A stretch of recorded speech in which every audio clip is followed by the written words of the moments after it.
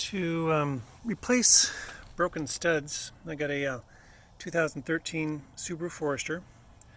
Got a couple of broken studs that I've taken off. You know, we change our tires every year, and after a bit, these will just give way on you. So you might have to replace them. So you can order the replacements on Amazon or down at Napa Parts or your local mom and pop store, preferably. But go ahead and you're going to need 5 of them for each wheel, and I'm going to show you how to change them out. First of all, you need to jack up your car. Make sure you're jacking up on the proper jack points. Refer to your manual if you want to know where. Take off the lug nuts and then take off the wheel. Once I took off the wheel, easy enough, you can see the studs that I'm going to replace all here. I also put my wheel underneath my car right there with a piece of wood there, just on the off chance that something bad happens. If it rolls off the jack, it'll get caught by that tire, and at least I can get out of there. What we're going to have to do is we're going to have to take off the hydraulics here for the brakes, as well as the calipers. There's a couple nuts that you're going to have to take off. First and foremost, you're going to have to take off, at least on my Subaru, have to take off one right here and one right here. Well, actually, you know, if you want to take them off in order, I'm going to take off the hydraulic part here, the pistons. I'm going to take off this. There's a little screw right here, and there's another little screw right here. I'm going to take those two off, and then take off this whole outer unit right here. So I loosened them so I can get them out. Take these guys out. Should note that this part right here is free floating. You want to be careful of this. There's oil inside of there or grease inside of there, and this forms like a little airtight seal. I want to make sure you don't mess around too much with that. And take the lower one off as well.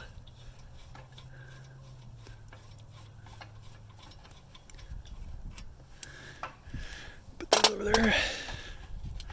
And you can see that this starts to get really loose, and you can take that off with just a little bit of pressure.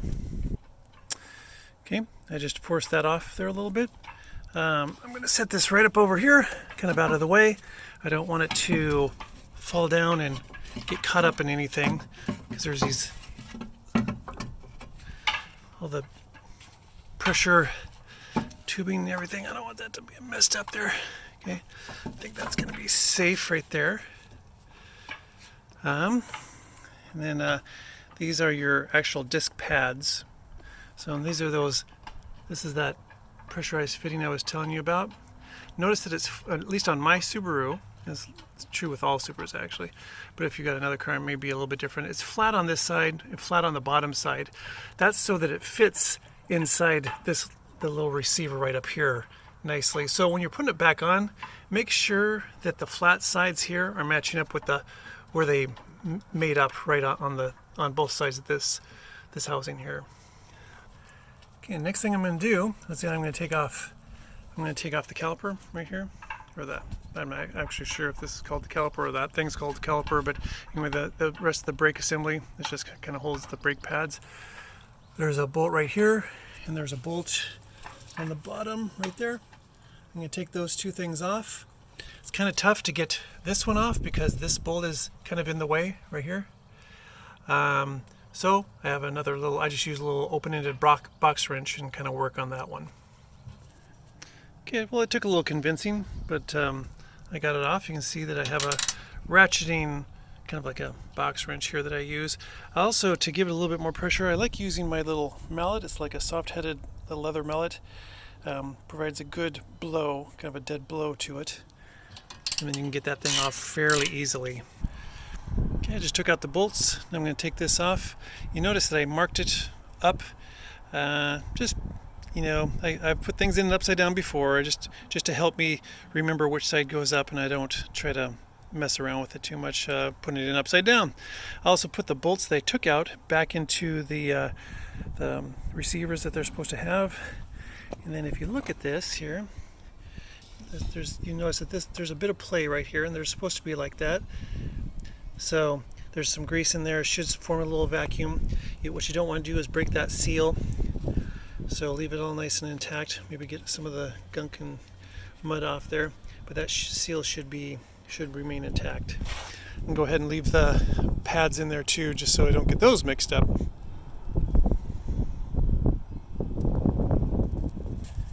Well, the next thing is to get the disc off. This can be a little bit tricky. Technically, you don't even have to take the disc off. You could pound those things out and get them out from the other side.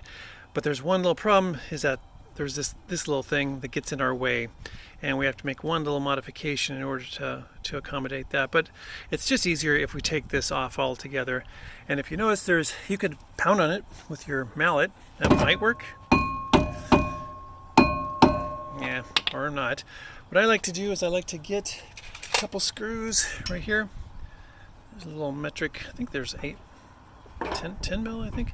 And you go ahead and put those in there. Another one here. And what happens is this is going to push against the plate that's inside there.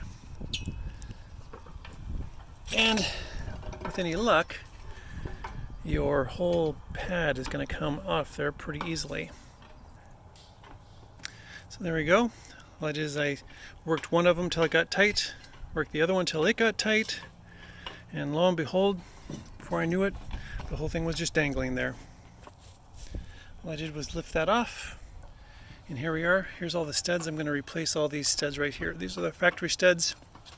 I ordered these ones, assuming they come from China. They looked a little bit better to me, so hopefully they'll give me less hassle. But what I do is I'm just going to take a hammer, a ball-peen hammer, and I'm just going to pound these out. Just lightly tap them. You don't have to give them a good whack. Just lightly tap these things so that they just come loose. And go ahead, and if you're going to replace all 5, which I kind of recommend doing, if one of them broke, they're all going to break. They're probably all getting ready to go. So go ahead and just pound all 5 of them out. Okay, I pounded all 5 out. Of course, you can't get anything out just yet because there's the part on the back, like I told you. This little part here is kind of standing in our way.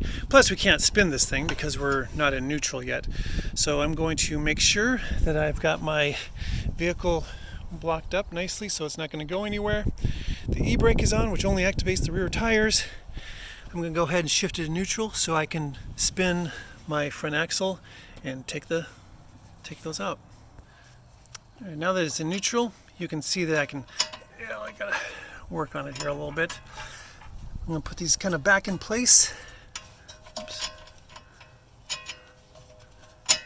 And you can see that if you put a little oomph to it, you should be able to spin this thing. There you go. Now to get this out, you see there's just not quite enough room to get those out. And that's because this thing is in the way. So I'm going to bend that a little bit so it'll help me out. Okay, all it is, I just bent that just a fraction of an inch so that this came out rather nicely and easily. I rotate this around and get the next one out very easily. And as I'm going through, I'm going to go ahead and stick a new one in there. Rotate it around, take out the old one, put a new one in. Rotate it around, take out the old one, put a new one in. Now your car, you may not have to bend that. It'd be nice if you didn't have to, but if you do, don't worry about it. That's just a little bit of shield. Just put a little bit of a bend in there. Let me finish this offline here. Okay, now that I got them all where I want them, I'm going to use just a large bolt that fits over the top of that. And then I'm going to go ahead and use the lug nut. Oop, here's the reason why I'm replacing it. Look at there, I sheared off one of them. Go ahead and use a lug nut. I'm going to put it on here, and I'm going to tighten it down so that it pulls the back end into this plate right here.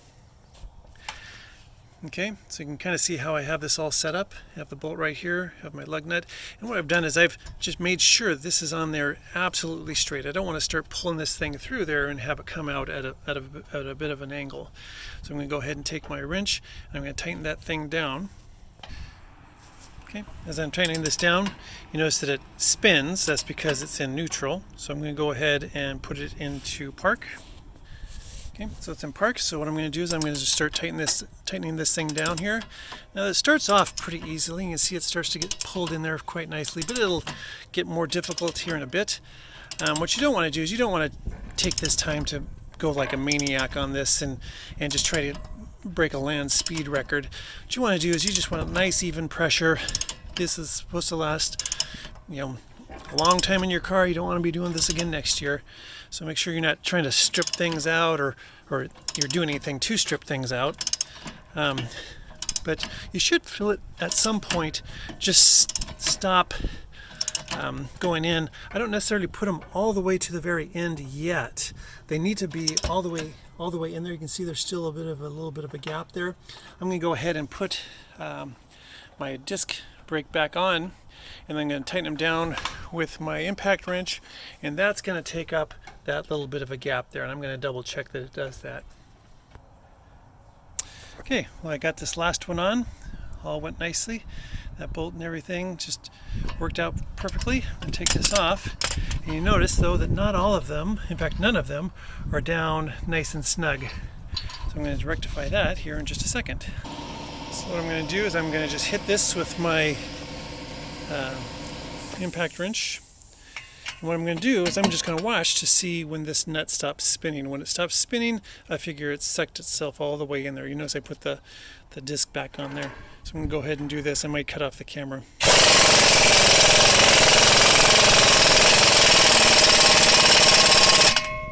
There you go. I sense that it stopped spinning, so I'm going to stop on that.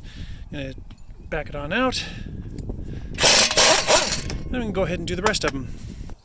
Okay, it's been 38 seconds since I last showed you, last turn on the camera. This goes really fast. And since I'm going to double check that all these have been sucked in. See, I showed you that last trick, or this trick last time. Very easy to take this on and off. Don't let anyone tell you different. Now as you can see, they all look like they're in there pretty darn tight. Yeah, that one looks good. These look good too. Okay, so I'm ready to put the disc back on, that thing, and go ahead and mount the tire and put my brakes back on. Or put my brakes back on, then my tire. And I should say, to put this on for realsies, what I recommend doing is going ahead and doing that process again where you put the bolt on and then go ahead and put a lug nut on there. Whenever you put lug nuts on the studs, always feed them by hand for a long way, just so they don't get cross-threaded.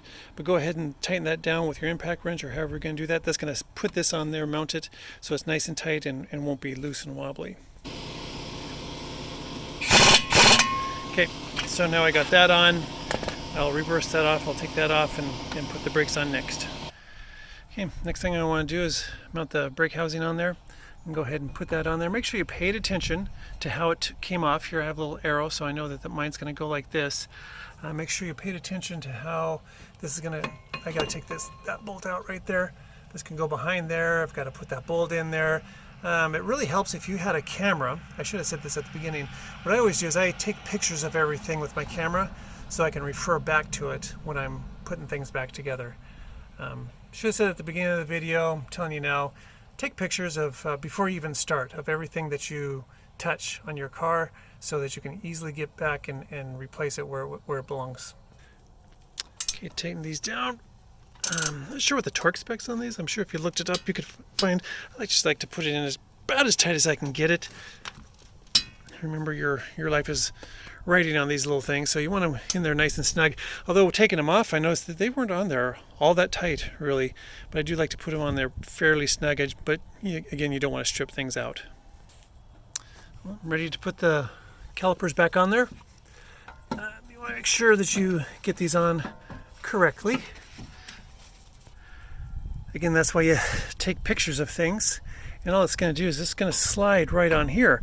But I can almost guarantee it's not going to go on there kind of as easily it came off. That's because the pistons in here, right here, these two little things here, came out a little bit. They always do. And so what you need to do is you need to press them back in there. And what I use is a C-clamp. Okay, so here I am trying to push them back in there. Got the C-clamp all rigged up. It's better if you have two people to do this, but I don't. So you can see I just have the C-clamp resting on the edge and on the top. I'm just going to give this a couple little spins. You don't want to squeeze this all the way back in. You're going to force brake fluid back into the system through this little pipe right here, through this little tube, and it's going to come squeezing out your main piston underside. You'll know when it happens because it'll be dripping everywhere. So don't squeeze this very much, just a little bit. It was only a little bit too narrow to go back onto the caliper housing. So we just want to squeeze this in a little bit so it'll fit. Okay, so it went right on just like I said. The one thing you have, like I said, you have to make sure, see how this side right here is flat. The other side is flat right there too. Probably can't see it very well, but it needs to fit right there. And if you have this rounded edge, either straight up or straight down, it's not going to fit in there. And the same thing is true of the lower one. You notice I have the flat edge so that it accepts it right in there. Now all I need to do is put the bolts right back in there, and we're about done. Okay, I put those bolts in there, done there pretty tight. One thing you should notice is that it should give you a little bit of wiggle room right there. These things should slide back and forth. Once I pump the brakes a couple times, it'll take up that slack. But for right now, it might be a little bit loose. That's okay. Okay, what I did is I went inside the car and I feathered the brakes a couple times. I probably pumped them a good 20 times, just barely pressing on the pedal. And see now it takes up a lot of that slack that's in there. There won't be hardly any play in it anymore. Might be a little bit, but that's okay. There's actually should be a little bit of play. It should go back and forth just a little bit on there. Just make sure these are nice and tight. You want to go back again and make sure everything is nice and tight. This is at this point that I go back and I just double check all my work, make sure there's nothing loose. There we have it, tires back on. I just need to torque down my lug nuts. I think I'll double check. I think I put them down to 70 foot-pounds. That might be a little bit heavier, I'm not sure. Make sure you torque them and then drive it around. Also, what you want to do is you want to make sure, remember, you got brand new heads in here, or lug bolts, as well as studs in here. So things can get loose. You know, you're driving down the road, this could settle a little bit more and it could get a little bit loose. So for at least for a while, maybe even for the first 50, 75 miles, you want to carry around a wrench with you, a torque wrench, so that you can get out every once in a while and just check to make sure all these are snugged down. Okay, that's all there is to it. I can see this video took me about 18 minutes. It honestly took me probably not much longer than 18 minutes to do this. I think Subaru wants to charge $250 to do one tire. I can't remember what I paid for the studs, but it wasn't $250. I think it was only like, I don't know, $35, $40, something like that. You can do it. Just if you're not sure, then go ahead and take it to a shop. But it wasn't that difficult. Just be careful with everything you do, like I said, and you'll be fine. All right, everybody, good luck.